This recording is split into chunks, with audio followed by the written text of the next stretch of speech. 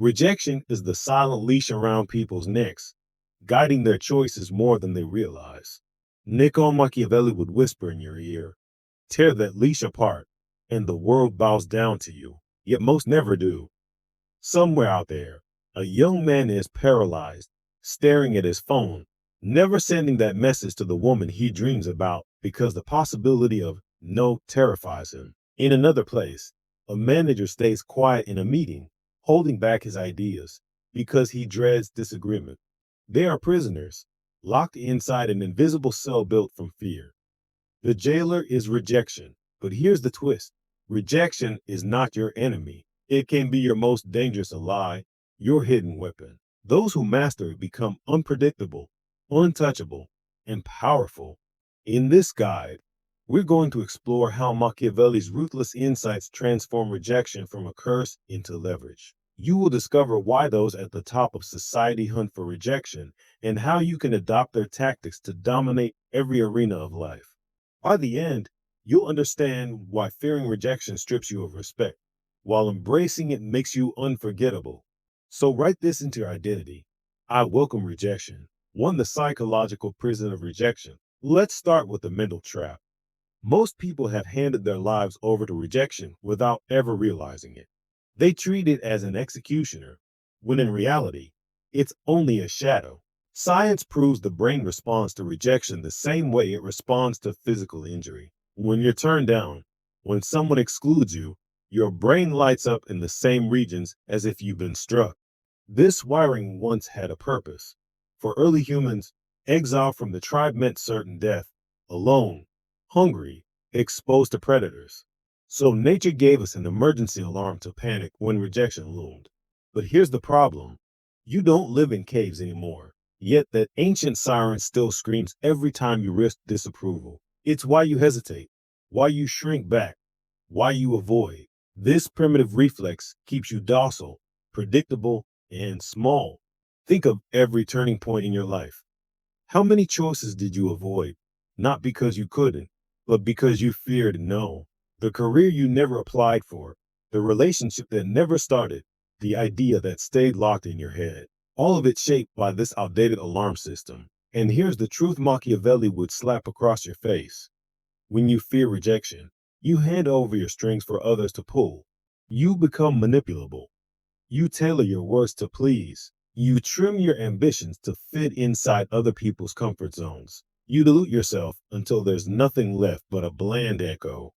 The powerful benefit from this. They know that by dangling the threat of rejection, they can control you without lifting a finger. You'll dance for approval, grovel for acceptance, and abandon your own path just to avoid their no. But the irony is cruel. The more you fear rejection, the more often it comes. Neediness has a scent. People detect it instantly. They see you bend over backwards to please. They feel your hesitation, your desperation, your hunger for their nod. Nothing repels faster. Think of the people you admire. Do they beg for validation? Do they edit themselves to fit your opinions? Do they walk on eggshells to keep you happy? Absolutely not. Respect belongs to those who remain untouched by disapproval. This creates a vicious loop. Fear of rejection makes you needy. Neediness makes you unattractive. Rejection becomes constant, and each rejection deepens your fear. Meanwhile, confident individuals operate on a different plane. They don't chase, yes. They move boldly, speak directly, and risk openly. They still face rejection, but it doesn't enslave them. That's why doors open for them.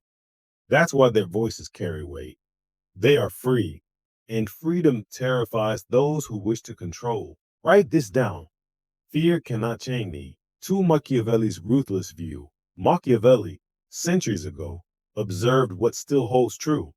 A man paralyzed by rejection will never be respected. In his writings on power, he declared it dangerous to try pleasing everyone. To seek universal approval is to forfeit authority. If one must choose, he wrote, it is safer to be feared than loved. Why? Because love depends on the whims of others. Fear is within your command. When you pursue universal approval, you enslave yourself to every critic. You dilute your strength to be palatable. You exhaust yourself performing. But when you embrace rejection, when you accept that some will hate, oppose, or dismiss you, you liberate yourself. History repeats this lesson. Julius Caesar, knowing the Roman Senate might brand him a traitor, still crossed the Rubicon.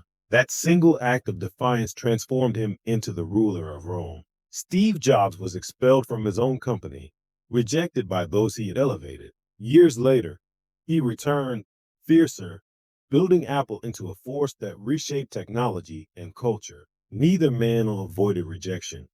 Both provoked it. They understood that rejection was not a final verdict. It was simply feedback, information, a signpost, not a grave. And because they walked into rejection with unflinching resolve, they became untouchable. When you don't fear no, no one can use it as leverage against you. When their approval no longer matters, all the power shifts back to you. As Machiavelli wrote, everyone sees what you appear to be. Few know what you truly are.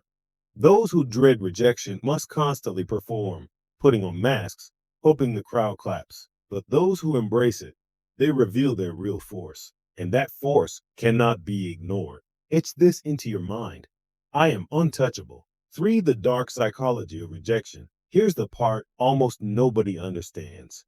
Rejection isn't merely something to survive. It can be weaponized. Most interpret rejection as weakness.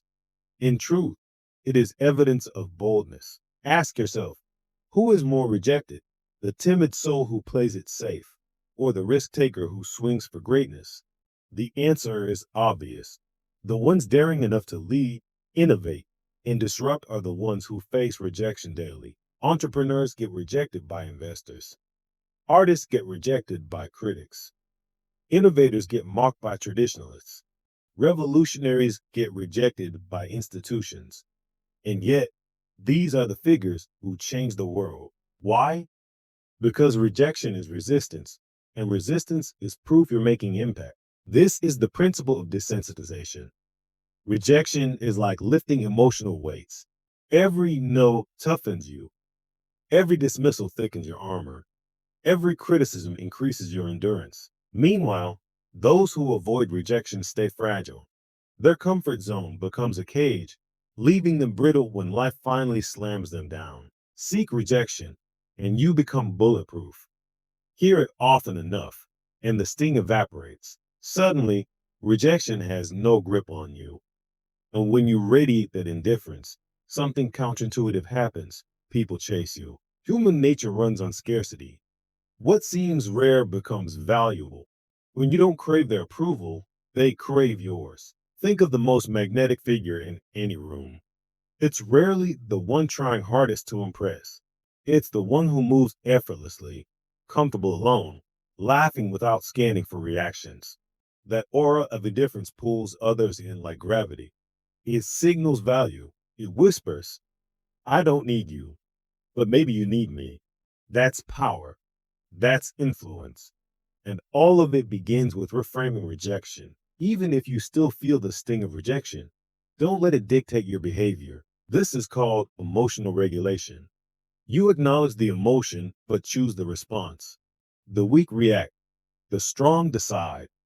The crowd gets rejected and begs for attention. The powerful get rejected and keep walking forward. Write this truth in your comments. Rejection strengthens me. 4 tactical Machiavellian rules. Now, let's turn philosophy into strategy. How do you wield rejection like a weapon in your own life? Here are 4 Machiavellian rules. Rule 1. Expect rejection. Never beg for acceptance. Most people approach with trembling hands, praying for a yes, crushed by a no. Flip the script. Walk into every interaction already expecting rejection. If it comes, you shrug. If acceptance comes, it's a bonus. This mindset keeps you calm, unshaken, and unpredictable. That steadiness radiates authority. Rule 2. Make bold asks without attachment. Confidence is not in never hearing no. It's in not caring about it. State what you want directly. Offer your idea. Declare your position. Ask your question. Then detach. Move on with the same energy regardless of the outcome. This detachment forces others to respect you. because you signal that your self-worth isn't for sale. Rule 3. Turn rejection into data, not identity. Most internalize rejection. They said no, so I'm worthless. Wrong. Rejection is information. It's feedback about timing, about approach, about fit, nothing more. Strip it of emotion and you gain clarity. While others wallow, you adjust, sharpen, and return stronger. Rule 4. Reverse the chase. The highest power move is not needing their yes. When you project comfort with rejection, the dynamic reverses. Instead of you chasing their approval, they start chasing yours. Instead of you proving yourself, they work to impress you. Instead of you fearing their dismissal, they dread losing your interest. This reversal transforms your social and professional life. You cease being the seeker. You become the prize. Final thought. Rejection is not the enemy. It is the training ground, the crucible, the signal that you are pushing against the boundaries of mediocrity. Those who fear it remain chained. Those who embrace it rule. Machiavelli understood. Rulers are not defined by their ability to please. They are defined by their indifference to being disliked. The masses are shackled by their terror of rejection. The few who walk through rejection without flinching command the world. Say it out loud. I embrace rejection. I am untouchable. Rejection fuels me because the moment rejection loses its grip on you, no one else can ever control you again. Most people live their lives as though every opinion, every word, and every judgment aimed at them carries the weight of destiny. A stranger raises an eyebrow, a colleague mutters a careless remark, and suddenly their entire day collapses. They allow others to dictate their emotions, as if they were marionettes whose strings could be pulled by anyone passing by. But ask yourself, why should the careless thoughts of others have such power over you? If you truly understood your worth, if you genuinely recognize the game of influence that governs human interaction, you would never hand over such control so cheaply. Niccolò Machiavelli, the Italian thinker often branded as ruthless, understood this truth centuries ago. He wrote not for those content to live as sheep, but for those who wish to rule like lions. His message was simple. The world does not reward the fragile. It rewards the resilient, the calculating, and the ones who refuse to be disturbed by every gust of wind. Life is not about pleasing the crowd or bending to the noise of gossip. Life is about holding your ground so firmly that others either respect you or break themselves against your silence. Think for a moment about what happens when you allow yourself to be offended easily. You become predictable. Those who wish to manipulate you instantly learn where to press. Like a piano, they know which keys to touch to make you dance to their tune. But imagine being untouchable. Imagine developing the kind of inner steel where insults slide off you like rain on stone. At that point, you no longer live reactively. You live strategically. You decide what matters and what doesn't. This is the essence of power, not reacting to every spark, but controlling the fire itself. One of Machiavelli's most misunderstood lessons was that appearances matter more than truth. Do not mistake this for weakness. To him, reputation was a weapon sharper than any sword. But here is the paradox. If you want to appear unbothered, you must first learn to be unbothered. Pretending only works for a while. True strength comes when silence and composure are no longer an act, but your nature. When your enemies try to provoke you and find nothing, no reaction, no sign of weakness, they are the ones left unsettled. In this way, calmness becomes an offensive strategy. But how does one cultivate this armor? The first rule is to expect rejection. Too many people live in fear of hearing no, as though denial were proof of their inadequacy. Yet rejection is not the end of opportunity. It is the normal toll of the journey. When you learn to expect it, the sting disappears. Every closed door ceases to feel like a wound and instead becomes a simple redirection. The world will not hand you what you want simply because you ask politely.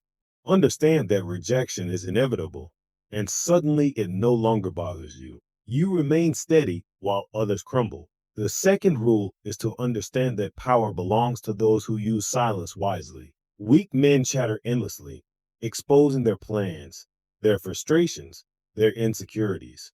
The strong man, however, does not give away his mind so cheaply. Silence is unsettling because it denies others access to your emotional state. They cannot control what they cannot read. By keeping your thoughts close and your words measured, you rob others of their favorite weapon, manipulation. You do not owe anyone your reactions. By mastering this restraint, you turn every confrontation into a battlefield of patience, and patience always outlasts fury. Third, learn to anticipate betrayal. People betray because they are human, selfish, opportunistic, fearful. This is not a cynical worldview. It is simply the truth of history repeated countless times. The wise person does not waste energy lamenting betrayal. They expect it, plan for it, and move accordingly. When someone turns against you, you should not be surprised. You should already have a path forward. In this way, betrayal loses its sting. It does not bother you because you knew it was always a possibility. In fact, it becomes a confirmation that you saw reality clearly. Fourth, remember that anger is the easiest chain others can put around your neck. The moment you let rage dictate your actions, you are no longer leading, you are being led. Anger is a trap disguised as strength.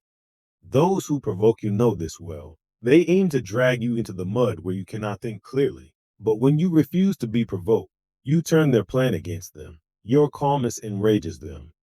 Your composure reveals their weakness. By denying them the satisfaction of seeing you lose control, you assert dominance without lifting a finger. Machiavelli understood that power is not only about action, it is about perception. If people believe you cannot be shaken, they will treat you with caution. If they see that every insult wounds you, they will keep attacking until you are nothing but scars. Therefore, the art of being unbothered is not a passive stance.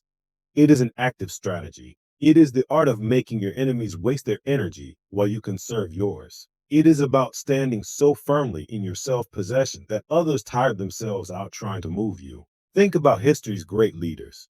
The strongest were not the loudest, nor the ones who responded to every slight. They were the ones who held their composure while the world screamed at them. They understood that the greatest display of control is to remain unshaken when everyone else expects you to fall.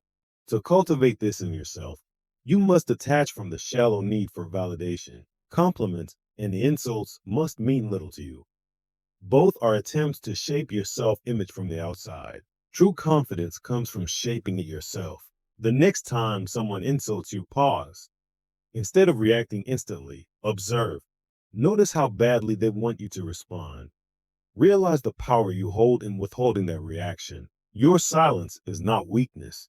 It is a mirror that forces them to face their own insecurity. In that moment, you are not the victim. You are the one in control. Each time you practice this, your composure grows stronger, until eventually no insult has the ability to pierce your skin. Do not mistake this philosophy for apathy. Being unbothered does not mean being indifferent to life. It means choosing carefully where to place your energy. It means refusing to waste yourself on trivial battles when greater wars await. The man who is disturbed by every whisper will never have the focus to achieve greatness. But the man who ignores whispers and listens only to strategy will rise above them all. The final and perhaps most important rule is this. Never give your enemies the satisfaction of knowing they have disturbed you, even if you feel hurt or anger within. Master the art of appearing unmoved. People fear what they cannot understand. If they cannot read your heart, they cannot control it. In time, this external discipline will reshape your internal reality. You will discover that you no longer need to pretend.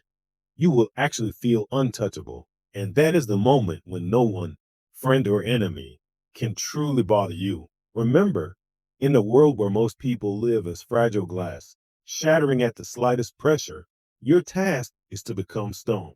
Let storms crash, let critics shout, let betrayal come. Remain still, remain calm, remain unbothered. For in that silence lies the kind of power Machiavelli understood best. The power that commands without speaking, that rules without forcing, and that endures when all else falls apart. So the next time someone tries to test you, smile quietly. Let them wonder what you're thinking.